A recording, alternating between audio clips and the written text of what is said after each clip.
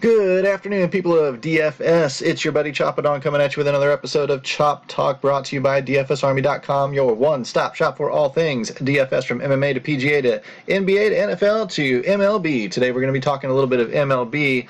So follow the link in description at the bottom of this podcast to follow that link to become a member and a VIP of the DFS Army, where we have 20 coaches and 20 contributors always looking to talk DFS with you 24/7 in our Slack chat forums. Content being released by the second, it seems like these days.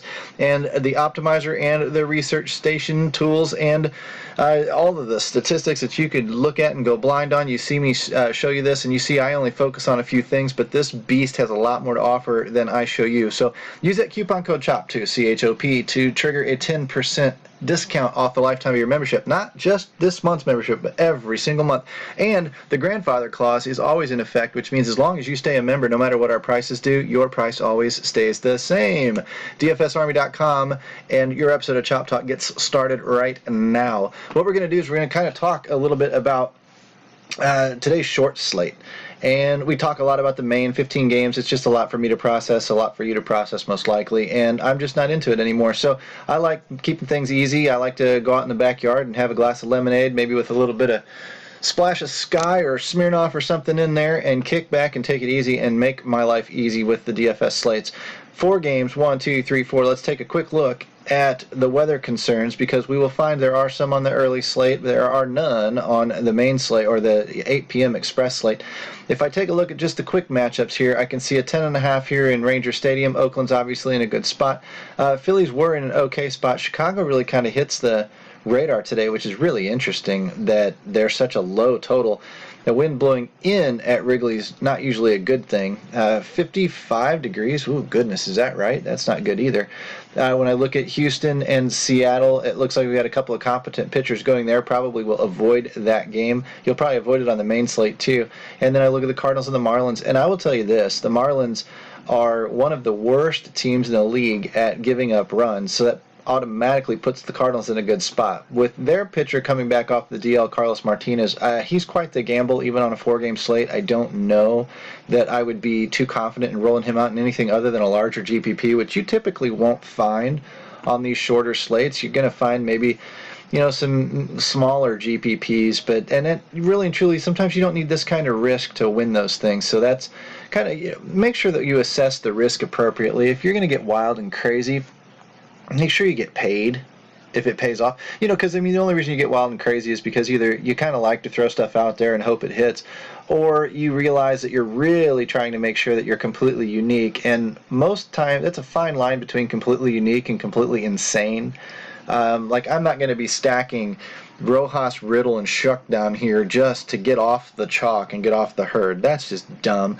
They're on a bottom-feeding offense, and they're in the bottom of that lineup alone. These guys would be AAA players in a lot of other organizations, so don't run them. It's not smart. If they happen to go off, big deal. They'll be under 1% owned, and whoever has them probably isn't going to be winning the GPP anyway with that kind of a mind frame very often. So don't even worry about that kind of stuff. Stick with what you know, and on the smaller slates and the smaller contests, you can be a little bit chalky, and you can practice here if you're a beginning player very, very easily. Mania, I don't know. Texas is boom or bust, but they can be boom, and this game is being predicted that they are going to be in a pretty good spot. Matt Moore is a target typically, so Oakland's in a great spot. Like I said before, Philly's in an okay spot against Hendricks. Hendricks has been good this year. So, maybe you don't really want a lot of Phillies. The Cubs got to be in a good spot against Eflin. You got the -210 favorite and a 4.5 implied runs odds, and at 7.5 total. If it was a 8 or a 9, they'd be over 5 easy. This is a hidden good spot for Chicago on this slate. A lot of people will miss them on the main slate too. When I look at Seattle, James Paxton's in play. In play. It's more of a 50-50 game based on these odds. Paxton's been pretty good this year, though, and I look at the implied run totals, and I'm not really interested in either. This would be a little contrarian to jump into here and either attack Paxton or attack Keuchel. You could do it. You could look at the BVP numbers, figure it out for yourself if it's something that you want to do, but I won't be going there. When I look over here at Miami and St. Louis, again, I won't be touching very many people in this line. Now, it would be smart to be contrarian in this area because we don't know what Carlos Martinez brings to the table coming off the lat strain. He might only last 2 innings. He might pull it again. He might even He might throw a gem, but he might even go 4 or 5 innings and get kind of shelled, giving up 4 or 5, and then you get into St. Louis's bullpen, which is bad when they're behind in the games. And this is a sneaky spot. Like I said, I wouldn't be stacking the bottom of this offense to just like get away from everybody. If I'm going to go for it, I'm going to go for it, and I'm going to look at the producers. St. Louis is in a good spot against Uranus, so it looks like right now Uranus, the Cubs, and Oakland are in the best spots on this offense. Looks like Paxton's probably lead dog, a little bit of Hendricks. Maybe some Keuchel, and if you're really gambling, maybe some Carlos Martinez. That's where I would go. Let's see what the research station tells us. Carlos Martinez, top dog. I don't believe it coming off of a DL. I believe it based on his numbers this year. I don't believe it based on maybe you call it recent form. James Paxton would be next, Keuchel next. So the guys we're looking at pretty much. And down here at the bottom, your typical target, St. Louis, Chicago, Oakland in the great spot. So we picked that one out okay off the top of the page there. We were able to kind of spot those as we go just from what we know about the game of baseball. When I click into here and I want to see again how this is going to pan out, I'm going to close down all of these. I have no idea what it just did there. Oh, you know what? I didn't hit the control key. I hit the shift key. So like a good Excel program will do, that highlighted a column for me and not just the cell that I wanted.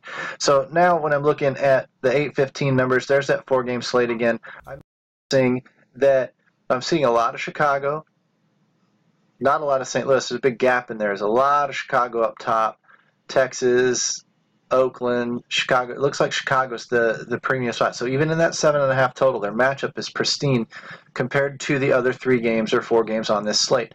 Then Oakland starts creeping in there. So it looks like Chicago-Oakland would be I don't even know if it'll be a chalky stack tonight because ownership might dictate otherwise. But as far as matchups are concerned, with what the team can do versus what the pitcher allows, this is a really, really good spot. And what I'm going to do is what I usually do is I'm going to show you how I find these guys really quick. If I go into greater than, and let's go light on a 4-game slate, small slate, let's loosen up our parameters a little bit and come down to a WOBA of 333 or better over the last 7 days. That's not very good. That's going to, but see, I'd already cut the player pool down quite a bit. So now, when I go through the teams, I said Chicago's in a great spot. And I said Oakland's in a great spot. And honestly, I was looking for a little bit of St. Louis. There's where I'm going to build my team out of. Pretty simple. I'm going to look for some value up at the top. If Lastea gets the start, he's in a good spot. Hayward has been running better lately. He's worth playing.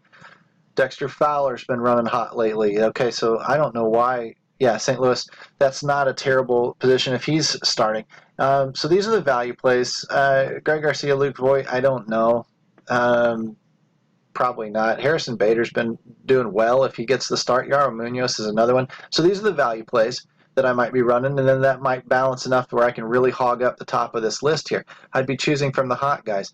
Give me the Anthony Rizzo's at a 515 WOBA, pair him with Schwarber, Zobrist, Matt Carpenter, Chris Davis, always doubled on power, 485 WOBA in the last 7 days. I don't know that Lastea is going to get the start. Hayward probably will, so Hayward's a good value play. Fowler's a decent one-off value play if you're not stacking St. Louis with them. Matt Olson if you're going to stack up Oakland, so that would give us, what, Olson and Chris Davis, and those are really the only 2 on their team since they've been cold lately, but they're in such a great spot. Those would be the 2 guys I'd start with, and then I would jump into the rest of their lineup and say, okay, if I want a 3 or a 4 stack of Oakland, and I said that I wanted Davis and Olson, okay, Chapman's got power. You can gamble with some Kana or something like that. Lowry's been pretty consistent this year. Pinder's pretty cheap up top of the order. If you need a shortstop, Simeon's not bad. I might throw in one of those other guys with them, but I'm not going to build a stack and get super excited about 3 guys when only 2 of them are running hot right now. But with the Chicago lineup, what, Rizzo, Schwarber, Zobrist, and then a little bit of Hayward. Let's see if Lastea's in there.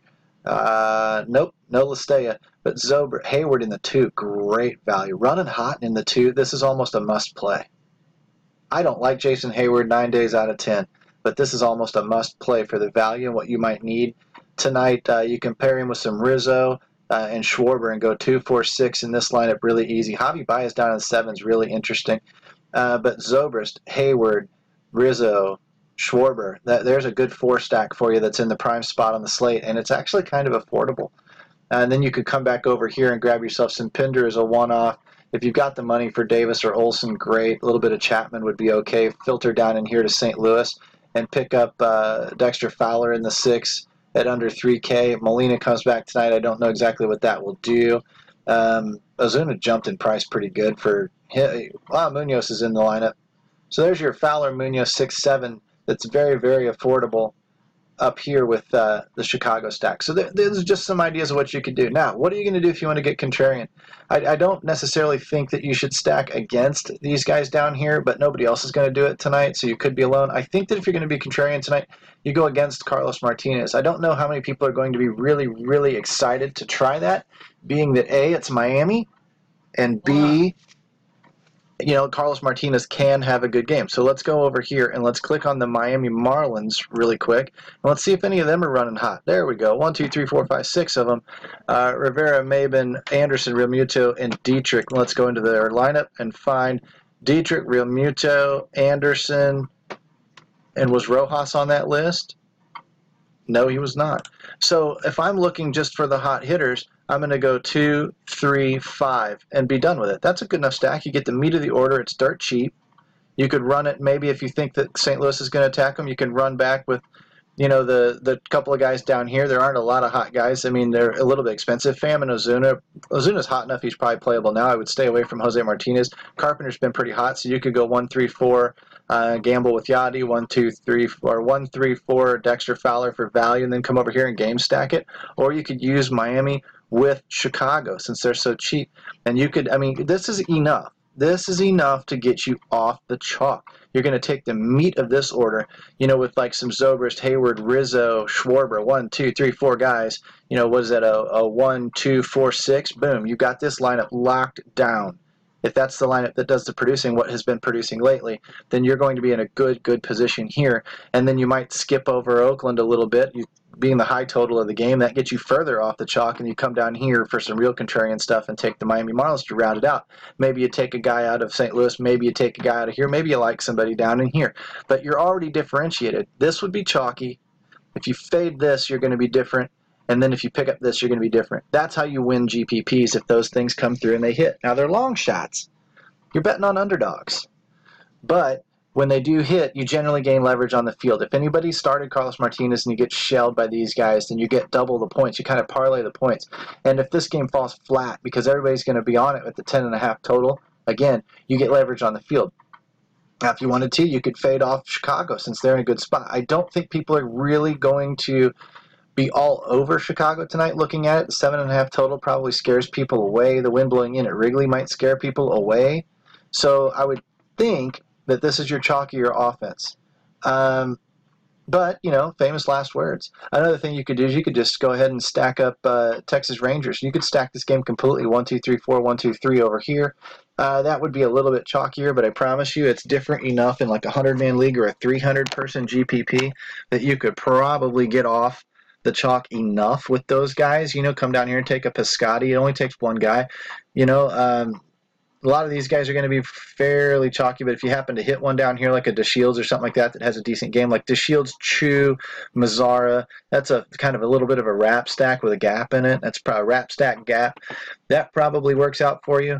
There's just a ton of opportunities that you can really go through here and really differentiate yourself on a small slate, but yet you're not getting too crazy. You're not taking a 15-game slate and stacking Marlins. That's too crazy. So let's take a quick look at the other game, the after hours, the 3-game slate. Let's see if we can't break this down in about 10 minutes. Brad Keller, Andrew Haney. Haney's in play. Always good idea to go against the Royals. They give up a ton of runs. They don't have a lot of offense. Not a bad way to just run 4 Angels and 3 and the pitcher.